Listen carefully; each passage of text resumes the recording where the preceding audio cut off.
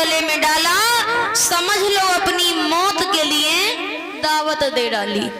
छोटे छोटे बच्चा भागे।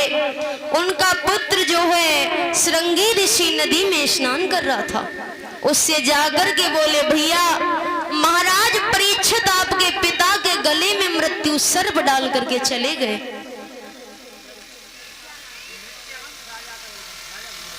और ये राजा भैया के सुपुत्र नित्यांश 21 रुपए से सम्मान कर रहे हैं, और ये विशाल भैया 11 रुपए से सम्मान कर रहे हैं। ठाकुर जी से प्रार्थना करेंगे, प्रभु ऐसे भक्तों के घर में हमेशा धन के भंडार भरे रहें, सुख और संपत्ति प्रदान हो।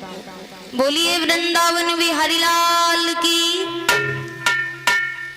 छोटे छोटे बच्चों ने जाकर श्रृंगी ऋषि से कहा, भैया महाराज परीक्षित आपके पिता के गले में मृत्यु सर्प डाल करके चले गए।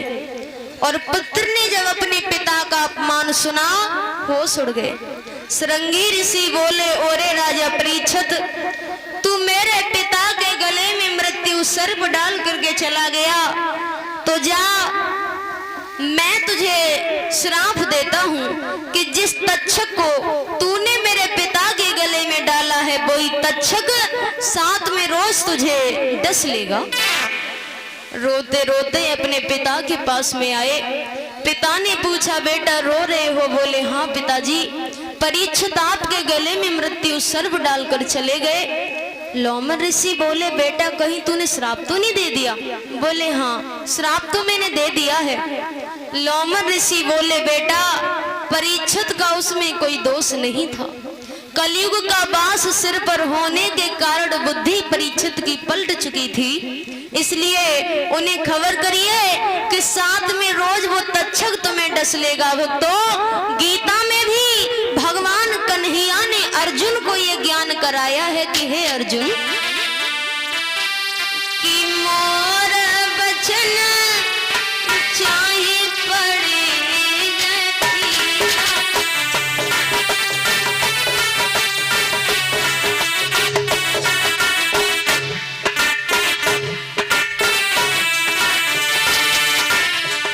वचन जय पड़े जय फीका, संत वचन पत्थर की लीका।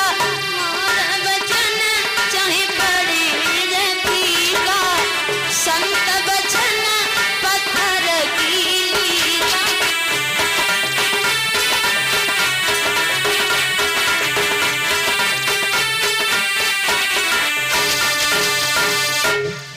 जवाब दिया है कि मेरा दिया हुआ वचन निष्फल हो सकता है, लेकिन संतों की बाणी, संतों का वचन कभी झूठा नहीं जाता। अब तो महाराज परीक्षित को जब ये खबर मिली कि साथ में रोज वो तक्षक मुझे डस लेगा, संसार को छोड़ के चला जाऊंगा, महाराज परीक्षित आंगन में बैठकर पूरे तरीका से रोने लगे। संतों को बुलाया, ब्राह्मणों को बुलाया और पूछा है कि हमारे शरीर के ऊपर बुढ़ापा आने वाला है। और जब वो महाराज परीक्षित को अमृत भरी कथाएं सुनाई जा रही हैं, बोलिए परीक्षित महाराज की, वृंदावन बिहारी लाल की। और साथ ही साथ भक्तों बताते चले, कल कथा लेकर चलेंगे किस तरीका से भगवान श्री राम का अवतार हुआ और किस तरीका से भगवान